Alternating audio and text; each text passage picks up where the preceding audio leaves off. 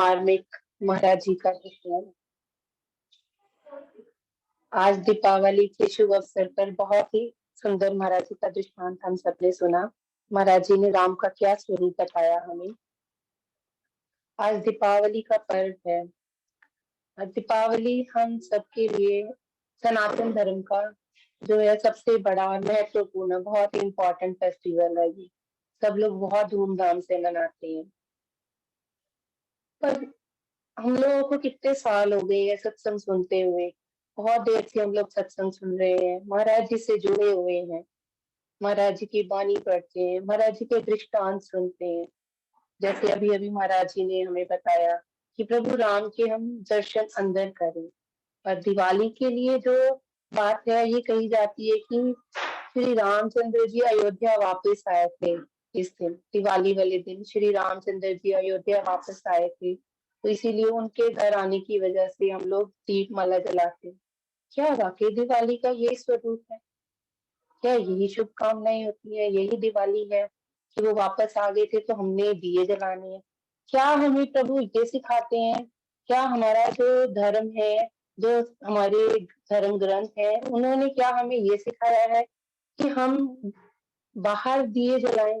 जबकि अभी अभी हमने एक दृष्टांत सुना, उसमें प्रभु कह रहे हैं, महाराज जी हमें बता रहे हैं कि प्रभु के दर्शन अंदर करो।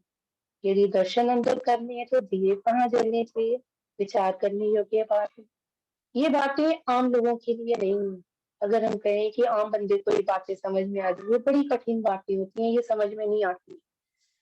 ये उन लोगों के लिए जो सत्संग जाते हैं, सुनते हैं, स्वाध्याय करते हैं, उन लोगों के लिए है कि उन्होंने अपना जीवन बदला है या नहीं बदला है। अगर नहीं बदला है तो हमें विचार करना चाहिए। सत्संग में आए हैं तो अब हमारे जो पुराने वेद पुराण उपनिषद, उनके मंत्र भी यही कहते हैं कि आप अंदर जीवन को प्रकाश करो, अंदर ज्योति जलाओ। तो हम क्या वाकई अंदर ज्योति जला रहे हैं? क्या हमारी जल रही है? प्रयास भी कर रहे हैं या नहीं? इस बात के बारे में हमें विचार करना चाहिए। एक बृहदारण्यक उपनिषद में एक श्लोक आता है, ओम अस्तु मा सद्गमय। ये हम आजकल जो बेस्ट विशेष जाती है उसमें बहुत सारे दिवाली के बेस्ट विशेष जो सब लोग एक दूसरे को हम लोग मैसेज करते हैं, उसमें भी बहुत ही कॉमन, बहुत ही आम हो गई है, अस्तु मा सद्गमय, तमसो मा ज्योतिर्गमय, मृत्यु मा अमृतम गमय। ये बार बार ओम शांति, ओम शांति, ओम शांति, ये हम शेयर तो करते हैं। क्या हमने विचार करा है कि इसमें हमें हमारे उपनिषद, हमारे शास्त्र में क्या समझा रहे हैं? इसमें हमें ये कहते हैं, मुझे असत से सत्य की ओर ले चलो। हम प्रभु से प्रार्थना कर रहे हैं कि मुझे असत से सत्य की ओर ले चलो। हे प्रभु, आप मुझे असत से सत्य की ओर ले चलो। सत्य क्या है?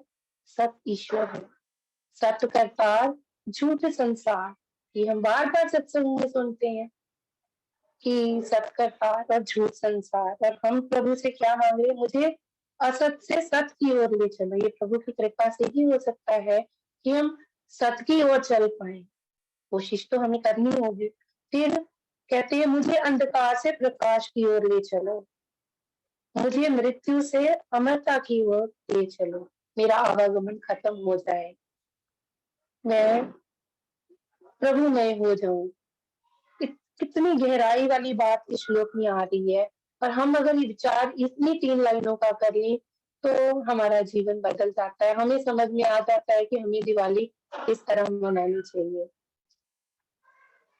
क्योंकि हम मोस्टली अगर आम लोगों के हिसाब से सोचे, दिवाली लक्ष्मी के आवागमन, लक्ष्मी पूजा है, हम लक्ष्मी की पूजा करते हैं, लक्ष्मी पूजन होती है कि इस दिवाली वाले दिन यदि हम लक्ष्मी पूजा करें तो हमारे यहाँ सुख समृद्धि धन धान्य बहुत ज्यादा आ जाएगा। जबकि वाणी कहती है कि जो संसार है वो तो दुख का रूप है। अब जो पैसा है वो तो फिर दुख का रूप हुआ ना। बट फिर भी हम लोग ये कोशिश करते हैं कि हमारे घर में लक्ष्मी आ जाए। फिर हमारी कहाँ गई सत्संग, कहाँ गया हमारा विचार, सत्य विचार।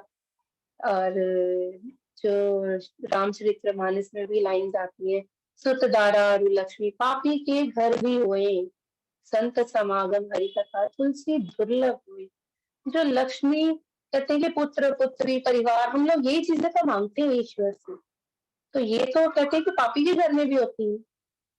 तो फिर इतने सालों के सत्संग सुन के हम अपने आप को कोई साधक समझते हैं, हम प्रभु के भक्त समझते हैं, तो हमें और उनमें फ़र्क क्या रह गया? हम अपने आप को हमें सोचना चाहिए, विचार करना चाहिए, क्योंकि महाराज जी की जो वाणी है उसमें भी आता है, लक्ष्मी करे निवास वहाँ जहाँ साचा व्यवहार। अब लक्ष्मी हम सब चाहते हैं कि हमारे यहाँ लक्ष्मी हो, पर लक्ष्मी निवास कहाँ करती है? जहाँ सच्चा व्यवहार होता है, वहाँ पर लक्ष्मी निवास करती है। तो हमें अपना व्यवहार सही करना है, आहार सही करना है, महाराज जी के नियमों को मानना है। महाराज जी ने भी दिवाली पर रोशनी डाली हुई है। महाराज जी का एक दृष्टांत आपके सम्मुख रखूंगी।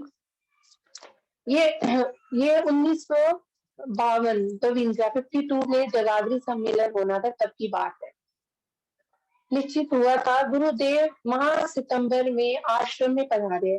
जब विचार देखिए, जगाधरी में सम्मेलन अक्टूबर में होना है, महाराज जी सितंबर में ही आ गए हैं। अक्टूबर का सम्मेलन है तो महाराज जी सितंबर में वहां पर आ गए। बरेली से प्रेमी हकीम भीमसेन और प्रेमी ओम प्रकाश दर्शनों के लिए चल पड़े। रास्ता ठीक मालूम ना होने करके जगाधरी पहुंचने में देर हो गई। उस दिन दिवाली का उत्सव था, रास्ता मालूम नहीं था प्रेमियों को, फिर भी वो घर से निकल पड़े, लेट पहुंचे। रास्ते में प्रेमियों ने मोमबत्तियां ले ली। लोग भी मोमबत्तियां ले रहे होंगे, आज सबने घर में जलाई होंगी, जलाने की या तैयारी होगी। तो यहाँ पर प्रेमी आश्रम आ रहे थे और वो मोमबत्तियां ले ली कि आश्रम में दिवाली मनाएंगे। शाम होने से थोड़ा पहले जगाधरी आश्रम पहुंच गए। अभी शाम नहीं हुई थी, वो जगाधरी पहुंच गए। नमस्कार करके बैठे ही थे कि गुरुदेव ने पूछा, ये कौन सा समय आप लोगों के आने का है? इस समय तो कोई गाड़ी तो नहीं आती। जैसे पेरेंट्स बच्चों के लिए पूछते, महाराज ये पूछे अभी तो कोई गाड़ी आने का टाइम ही नहीं, आप कैसे आ गए हो? प्रेमी कहते हैं, महाराज जी पहली बार इधर आए हैं, रास्ते का ठीक पता न था, फिर भी आपकी कृपा से प्रबंध बनता गया और भटक भटक कर चरणों में पहुंच गए हैं। महाराज जी फिर फरमाते हैं, प्रेमियों जाओ लंगर में जाकर भोजन करो। महाराज जी उनको भोजन के लिए भेजे। प्रेमी आज्ञा पाकर लंगर में भोजन पाने के लिए चले गए। वापस आकर चरणों में बैठे, मन में संकल्प उठा कि आज दिवाली का दिन है, रात होने वाली है, मोमबत्तियां जलाई जाए। देखिए प्रेमियों, जो प्रेमी दिवाली वाले दिन अपने घर से निकल रहे हैं, हम चार बार सोचते हैं कि अरे दिवाली है, दिवाली तो अपने घर पे मनानी चाहिए। वो सोचते हैं कि हम जाके मनाते हैं, आश्रम में मनाते हैं। दिवाली वाले दिन प्रेमी आश्रम में पहुंच गए हैं और फिर महाराज जी से पूछते हैं कि मोमबत्तियां जलाई जाए, बहुत अच्छा होगा। गुरुदेव से आज्ञा मांगी, उन्होंने महाराज जी से आज्ञा मांगी कि क्या हम आश्रम में मोमबत्तियां जला लें। फिर महाराज जी क्या कहते हैं, प्रेमियों अंदर अंधकार है और बाहर रोशनी कर रहे हो। विचार करें महाराज जी की लाइन्स, प्रेमियों अंदर अंधकार है और बाहर रोशनी कर रहे हो। हमारे अंदर क्या उजाला हो गया है या नहीं हुआ है?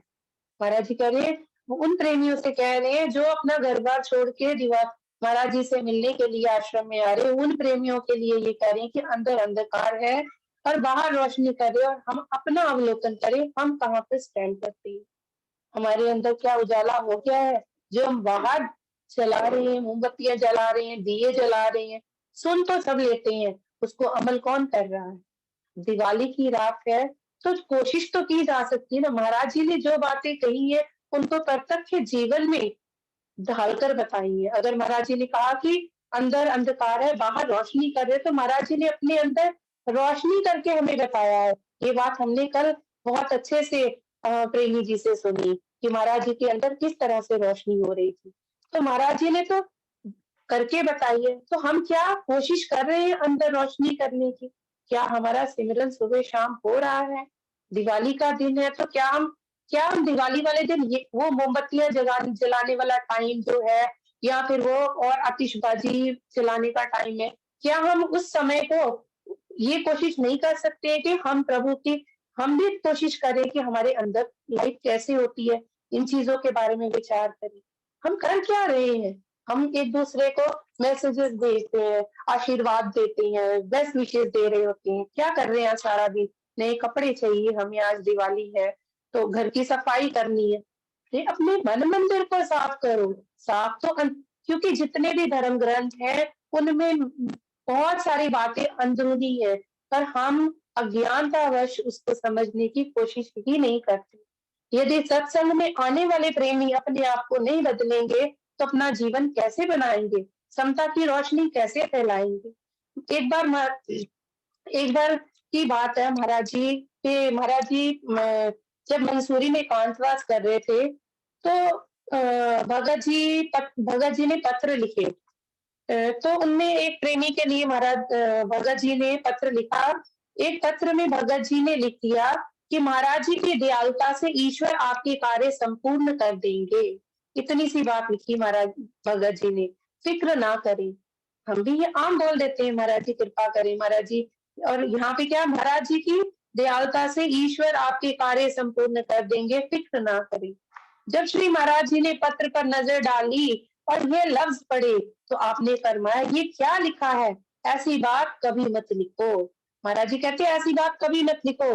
अगर इसका काम ना बने, तो उसका विश्वास और श्रद्धा कम हो जाएगी। किसने तुमको ऐसी आशीर्वाद देने की आज्ञा दी है? कौन देता है ऐसे आशीर्वाद देने की आज्ञा? तू कोई त्रिकालदर्शी है? अभी से अंदाजा लगा रहा है कि ईश्वर काम पूरा कर देंगे। कल नाम काल का है। क्या आगे कि तुम जिम्मेदार हो? खूब झाड़ डाली और फरमाया, ऐसा लिखो। हमें क्या किसी के लिए कहना चाहिए, ये हम महाराज जी के वर्ड्स ही सुने। ऐसा लिखो कि ईश्वर पर विश्वास रखें, ईश्वर पर विश्वास रखें और यत्न करते जावें। जो हमें विशेष देनी है, हमें ऐसी विशेष देनी चाहिए। ऐसा लिखो कि ईश्वर पर विश्वास रखें और यत्न करते जावें। होना ना होना उसकी आज्ञा में विचार करें। अपना सही पुरुषार्थ कभी खाली नहीं जाता। अपना सही पुरुषार्थ कभी खाली नहीं जाता।